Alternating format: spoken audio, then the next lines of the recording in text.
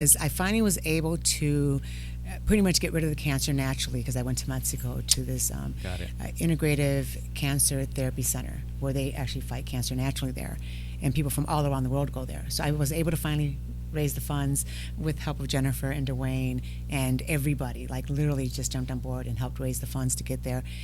And then when I got there, I had a difficulty before that because I had pneumonia, and here in the States they really gave me a hard time taking care of the pneumonia because I wouldn't do chemo.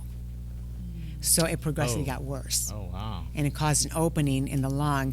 And because of the opening, I was literally drowning from the inside out. And by the time I got to Mexico, I had like days left to live. Oh my gosh. Okay. So when I got here, the coma happened because the only cure to fix the opening in the lung was chemotherapy, because it scars the body so much so that it would scar and seal it. And so when they were going to do it in Mexico actually, and it would just need a light thing of chemo, but the insurance wasn't going to cover it. So they would have did it, but we didn't have the funds for that. So we're like, well, expensive. oh my gosh, crazy expensive. So we're like, well, we'll just go back to the States, use your insurance, and we'll do that. And we won't tell them that the cancer is pretty much gone, and we'll have them do that because that's all they knew. So, but the treatment they were going to do here was going to be the full-on regimen that they had in their mind in the first place because of the condition I was in. So that put me into the coma. Everything shut down.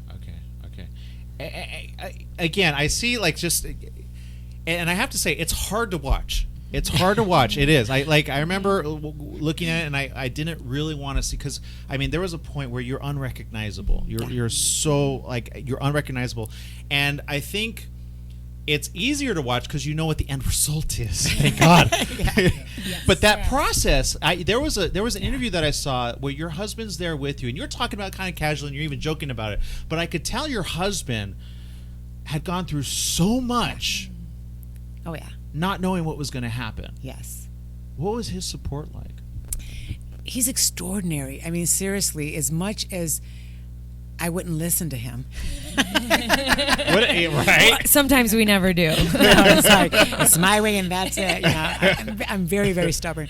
But he still supported that no matter what. It's like, even though I wouldn't do what he asked, and I wouldn't do the conventional treatments, he got that he needed to support me 100% because I needed that. And it's so important to have the support, because it's nothing worse than you're battling for your life and then you have to battle your friends and family that don't agree with you. It becomes very taxing. That's a great point, because I know, unfortunately, I think all of us know people that have not survived. Yes. And they've gone through traditional means to survive. Yes. And sometimes, those that have like an alternate treatment, right. They hear of it, but because there's so much backlash about it, you got to go through the other option A and B, and there's this like divide. Which do I do? What do I do? And I know people are coming to you now, and that's what I want to get out through our show, through to our audience as well. Those that want to go through option C, your option, what should they know? Well, first they can go to createoptionc.com, where I've really shared a lot of my information there and continue to keep posting. They should know that there are options, and the one thing that first you need to know the moment you get diagnosed with cancer is pull out the sugar. Get the sugar out of your diet, because cancer loves sugar, and doctors don't inform you that because they're not trained to know this information. So you need to know that sugar needs to come out. Secondly, you need to know that you got to get out of the processed food and all the, all the edited. Yes, anything that's not natural, pull it out. If it's in a box, bag, or a can, don't eat it. And it needs to be organic. And there's all these things you have to do. And then you look for, if you go on, even on the internet, you can literally find books on it. You'll find other people that have done it themselves. You will be blown away on how many people literally have beat cancer even when they're at their last days of it. I was one of them. I do have another friend, which actually there's a liquid that I believe was given to her, and she would take it. It was terrible liquid from what I understand. It was like black tar is the way she described it. Yeah. But it was from I'm not sure what the hospital was in Mexico, but I remember I was thinking, why do we have to go to Mexico in order to get this treatment? Oh, it's very, there's a reason, and the reason is because FDA will not approve it here. And because it's not FDA approved, people get scared from it and that whole thing. But I want people to really get clear on what FDA approved means. Yes. This will help you. FDA approved only means they can't approve something that they don't need to regulate because it's not going to harm you. And they only regulate stuff that they know probably might kill you. So then they need to regulate it. But if they pump you with all this stuff and all it does is kills the cancer and makes you healthier and healthier, they will not approve it because there's nothing for them to regulate. So get clear on why it's not FDA approved. When it's not FDA approved, it's actually beneficial to your health. Okay. Wow. Okay. Absolutely. Wheatgrass, on top of being a chlorophyll that's very similar to our blood, which is just one component different, magnesium, and we have iron. Right. That's the only difference. But it has vitamin B17. Vitamin B17 fights cancer. You know, chlorophyll alkalines the body, so it fights cancer. So when you're saturating, especially if you have cancer, and you drink like at least 8 ounces of wheatgrass a day, you're going to knock that sucker out of your system, period, as long as you don't put sugar in your system. If you're pulling all that out and you're drinking that and you're eating healthy, you are gonna see results that you have never seen before. That's right. Welcome back to Live with Aaron and Kelly. I'm Kelly V. Dolan. And I'm Aaron Michael Sanchez. And we are here talking about surviving cancer. And I love talking about this because I think there's a lot of information that isn't at the forefront of news right now. And so I'm so glad that you're here talking about it today. I want to talk a little bit about how you can maintain building up the immune system once you've actually fought the cancer. Can you talk a little bit about that? Yes, definitely. You know, if you fought it naturally, your immune system's pretty high up there.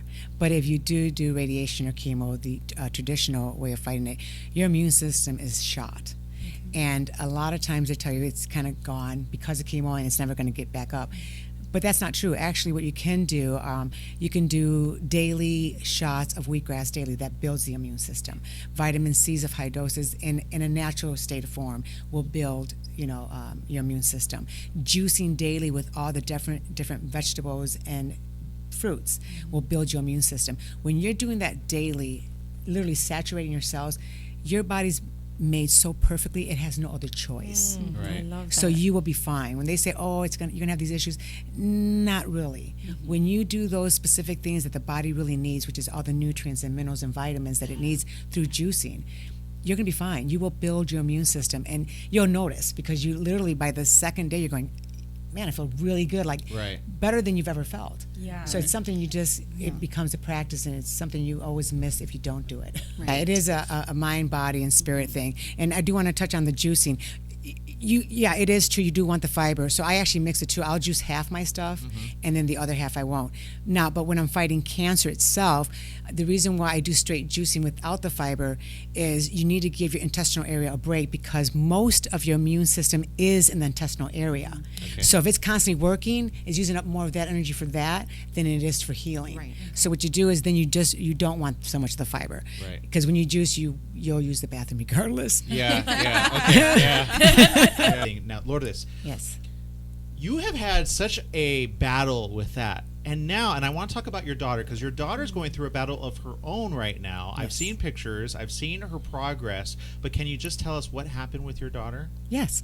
My daughter, which is actually the next documentary, is she had a blow to the head injury where it was a violent act. And so she went into the hospital, and they actually pretty much wanted me to turn off the machines because all of her white matter of the brain was completely gone. And they were telling me, it's like, look, we can wait. It'll probably take a few years, and even if she came out of it, she'd still be a vegetable. Her organs would shut down, and she'd still die. It's universally fatal. Oh. And this was not too long ago. This was just February 2nd of this year. Yes. And so I went in there and I thought, no, everything in your body is fixable. It's curable with natural means. I just need to know what fixes the brain. And so I did all my research and found that high doses of omega-3 fatty acids actually rebuild your brain because that's what your brain is built from when you're in the womb of your mom. So I'm like, well, then that's all I need to do is give her that, and the body knows what to do. So after going through my journey, I knew that doctors have to listen to you, and you don't have to do what they say. And and she looked pretty bad. She was, the machines were running her, and she was swollen and looked like a mess. And I still knew that was just temporary. So I told him, I said, she needs to get 20 grams of fish oil into her system. We need to put this in a feeding tube. And they listened, and after they put it in, I mean, I got an email from the doctor, and he literally thanked me and said, we don't get taught this in medical school. My daughter did come out from it. She's, now going through physical therapy to learn to walk without a walker, but she mentally is completely normal. I just She saw the talks, video she of walks, her. does everything. Yeah, I saw Yes. the video of her Thank walking you. down, and I Yes. thought, oh my God, that's beautiful. Yes.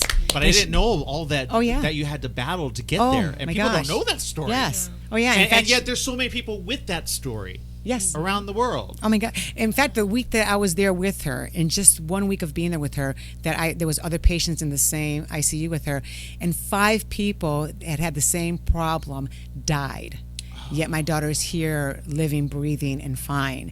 And even today, she still tells me, she goes, "Thank you, Mom, for not giving up." And I let her know that was never going to be an option. Yeah. So things are curable. It's just that it's up to us to find that the resource and the information, and not just hand our lives over to the doctors. Yeah, they're not God. Yeah. Caring And of there's it. such a great point here about fear, and that's one of the things that I teach Let in, it in my go. documentary, in my journey, is I want to transform the way the whole planet looks at cancer. I want them to pull the fear right out, and that when you get told that you have cancer, it's like they just told you got this really bad cold, and then you do all the stuff that you need to know that you got to do, or there's vitamin C and all your Right. suits. You Right. do those things Okay. because fear gets in the way of really thinking it through and being completely aware and focused true. on what's best for you.